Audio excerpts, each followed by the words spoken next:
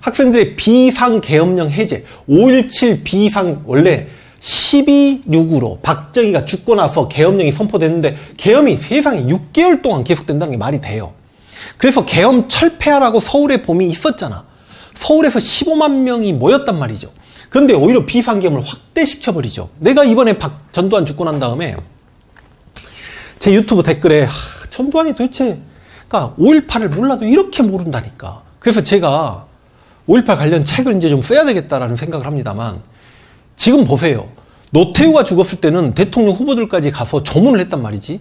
근데 어찌 보면 노태우 대빵이었던 전두환이 죽었음에도 불구하고 어떤 대통령 후보도 안 가.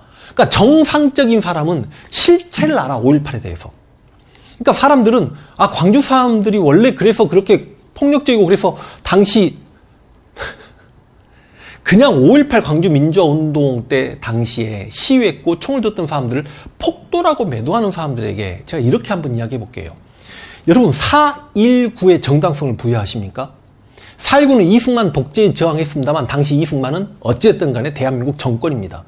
솔직히 4.19가 반대한민국이라고 이야기하지 맙시다. 왜냐하면 진짜 올바른 대한민국을 만들기 위해서 시위를 했으니까. 그러나 대한민국 정권에 대한 시위입니다. 79년의 부마항쟁, 박정희 정권에 대한 시위입니다. 87년 6월 항쟁, 전두환 정권에 대한 시위입니다. 그러나 80년의 광주 민주화운동은 대한민국 정권에 대한 시위가 아니에요. 쿠데타 세력에 대한 시위였습니다. 쿠데타 세력 물러가라고. 그럼 이 5.18 광주 민주화운동을 정당성을 부여하지 않으려는 사람들은 쿠데타 세력을 이렇게 정당성을 부여하는 겁니까? 그리고 많은 사람들이 모르는데 우리는 공부를 하잖아. 서울의 봄하고. 일반인들이 서울의 봄을 잘 몰라요. 여러분 서울의 봄이 뭐냐면 신군부 물러가라고 전국의 대학생들이 기차 타고 서울역에 모여서 진짜 전국 대학생 15만 명이 서울에 모여서 시위를 합니다.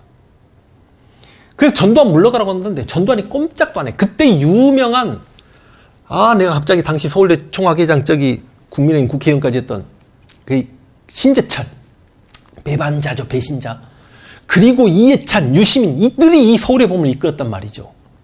근데 이들이 정확하게 서울의 봄을 이끌다가 5월 15일 날 서울역 앞에서 전두환이 있는 곳으로 밀고 들어가자. 그럼 전두환이 이 15만 명 학생들한테 총을 쏠 수는 없을 거 아니냐. 물러가겠지 했다가 유혈 충돌이 있을 수 있으니 이 시위를 중단하자라고 회군을 해버립니다.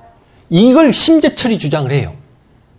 그래서 이게 서울의 봄이 끝나요. 물론 당시 고려대학교는 여기에 불만을 갖습니다. 그래서 당시 고려대 총학생회장 심계륜인가? 이름이 지금 이분도 국회의원을 하셨죠.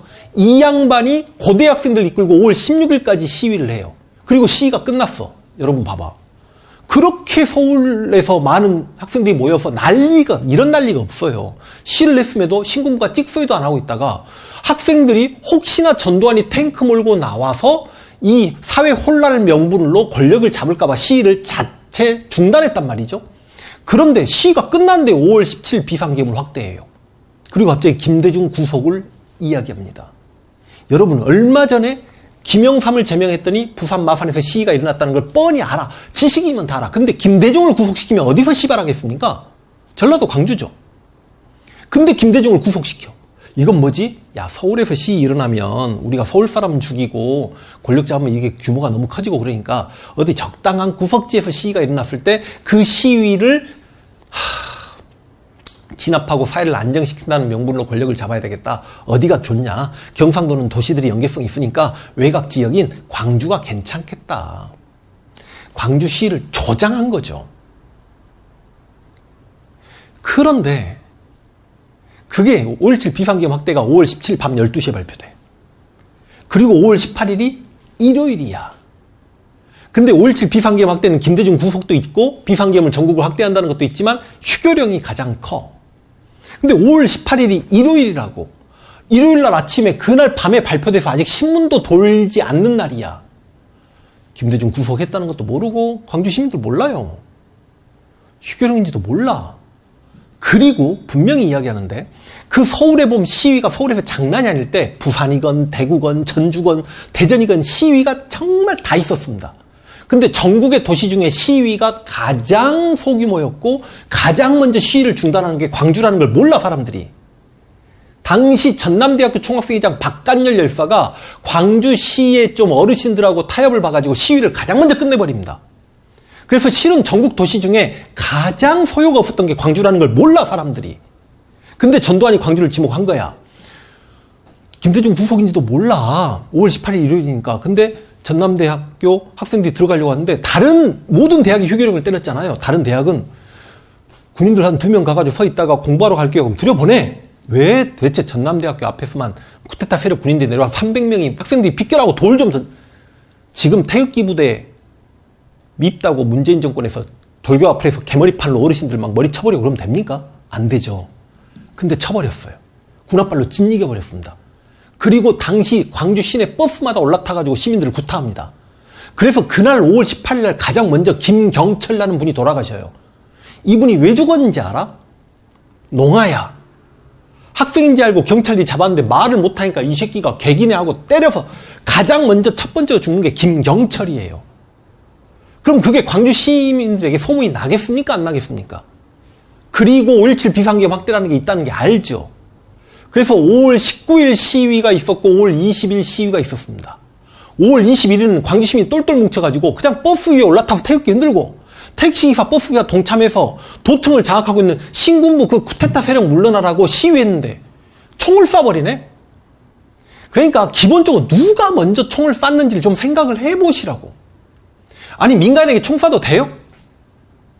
이게 정당성이 부여가 됩니까? 지금도 민노총 시위하고 태극기부대 시위하는데 총 쏴버려도 돼? 총을 쏴버렸다고.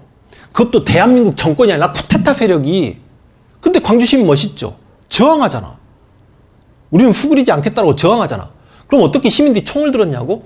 그럼 몰라서 하는 소리라니까? 지금 어디서 여러분 총 구할 수 있습니까? 총기 사용에 대해서 세계에서 가장 안전한 나라가 대한민국이죠.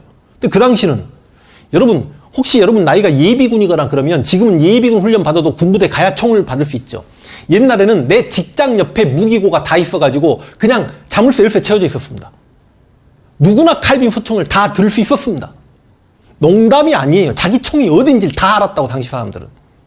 그리고 당시 전라남도 광주시니까 전남경찰청장이 너무 멋있어요. 안병하, 기억했습니다. 안병하 경찰청장이 고민합니다. 왜? 여러분 당시 광주시의 경찰들이 그 쿠데타 세력이 광주 시민 두드러 패는 거에 분노합니다.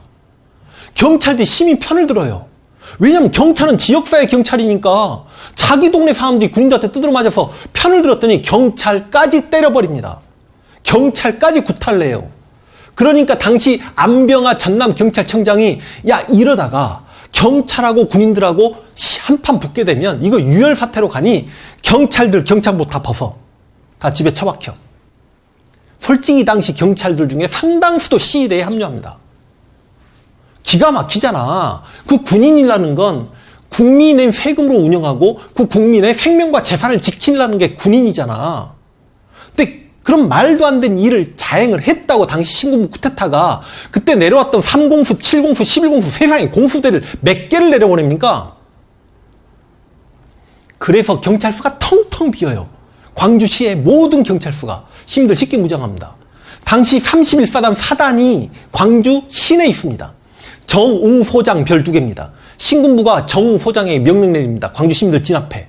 정웅소장이 고민한다니까? 나는 광주시를 지키는 지역사단장인데 내가 광주 시민에게 총뿌리를 들이댈 수 있을까? 31사단 부대는 전부 광주 외곽으로 퇴각한다. 부대를 비워버립니다. 그러니까 시민들이 30산 들어가서 총을 들고 나올 수 있었습니다. 자, 이 안병하 경찰청장 전두환 신군부에게 말도 안 되는 고문당합니다. 그리고 죽습니다. 일찍 죽습니다. 전두환 이 새끼는 오래 살았지만. 그 안병하 청장을 중앙경찰학교에 동상 세워놓고 이게 진정한 참 경찰이라고 경찰 수험생들에게 본보기를 보인단 말이죠. 그 정웅 소장은 그때 신군부 말 들었으면 장관직 하나 정도는 해먹었을걸? 근데 역시 또 고문당하죠.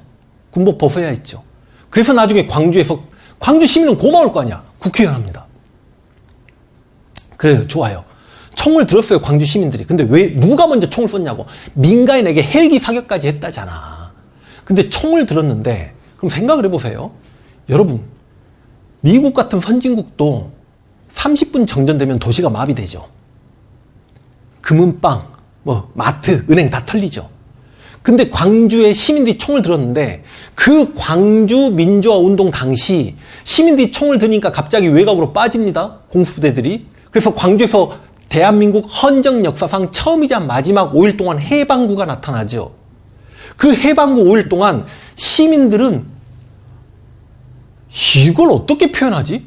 그 시민들에게 물하고 음식을 주기 위해 광주 시민 아줌마들이 총을 들고 있는 시민들 다 먹이고, 공수부대에게 총 맞아 죽어서 상무대에서 그 많은 시체들이 있으면 관에 놓고 관에는 태극기를 다 덮고, 광주 시민들이 줄지어 서서 전부 다 헌혈을 하고, 광주 시내 의사, 간호사들은 날밤 새서 고통스럽지만 광주 시민들 다친 사람들 다 치료하고, 이 공동체가 아름답게 똘똘 뭉쳤던, 그런데 그 일반 시민들이 총을 들었지만 단 한 건이라도 은행이나 아니면 마트나 백화점이나 금은방이나 약탈 강도 사건이 있으면 좀 가져다 대보시라고요.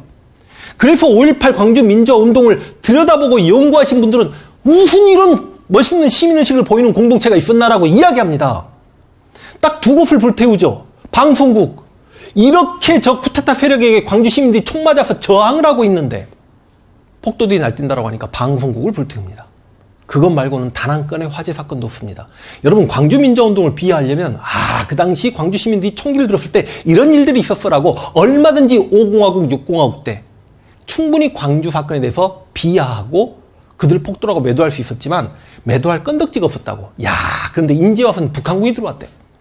비상계엄 체제인데, 당시 비상계엄 체제인데 북한군이 300명이 내륙 광주로 들어와. 그럼 당시 계엄사령관 이희성이라든지 보안사령관 전두환이 군복 벗어야 되는 거 아닌가? 여러분, 당시 외국인 기자들이 얼마나 광주 진실에 대해서 외국에 알렸는데, 당시 그러면 조선일보, 동아일보는 없었나? 그 기자들 입장에서 북한군이 들어왔다고 이야기해서 그게 사실이면 특종 아닌가? 그럼 당시 공수부대들은 왜 간첩을 단 한 명도 못 잡았단 말인가요? 여러분, 광주 시민들은 혹여라도 이 중에 불순분자가 우리 시위의 진심이 오염될 수 있으니 총기를 나눠줄 때도 민증을 다 확인했고요. 그리고 항상 애국가를 불렀고요. 6시에 국기에 대한 경례를 했고요.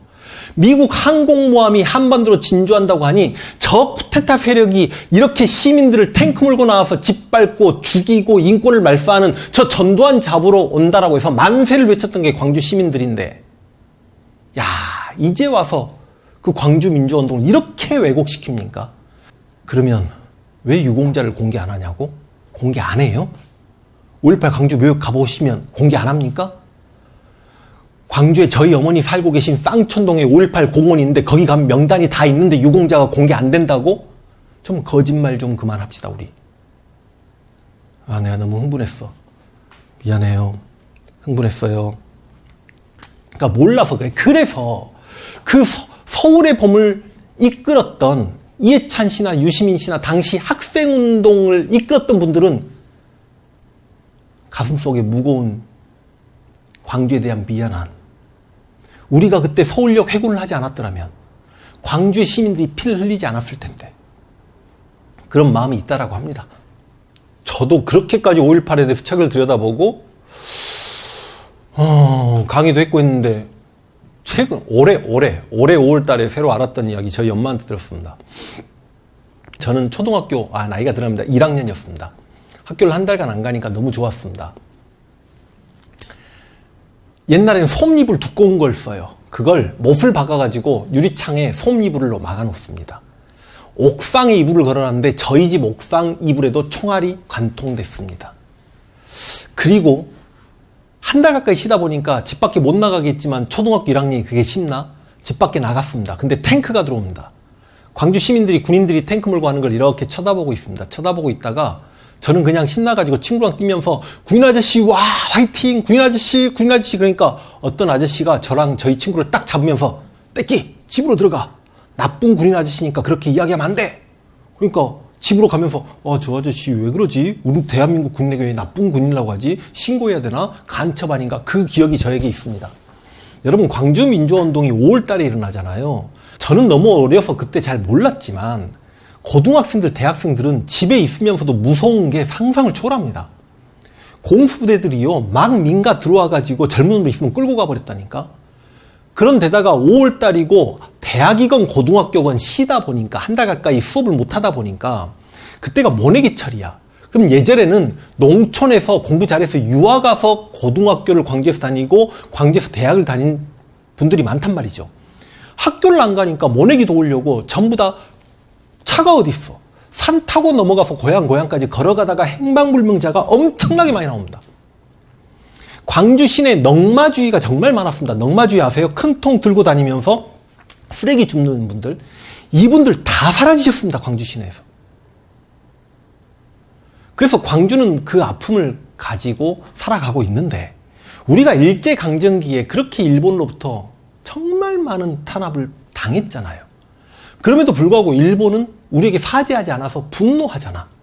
그런데 어떻게 같은 대한민국 사람들이 그 가해자 신군부 쿠데타 세력을 지금도 정당화하고 그 사람이 죽으니까 삼가 고인의 명복을 빕니다라고 이야기해버리면 이 피해를 당한 지역 사람들 입장에서 어떤 심정이겠는가를 또 한 번쯤 생각을 해보시면 진짜 이제 이렇게 마무리하겠습니다.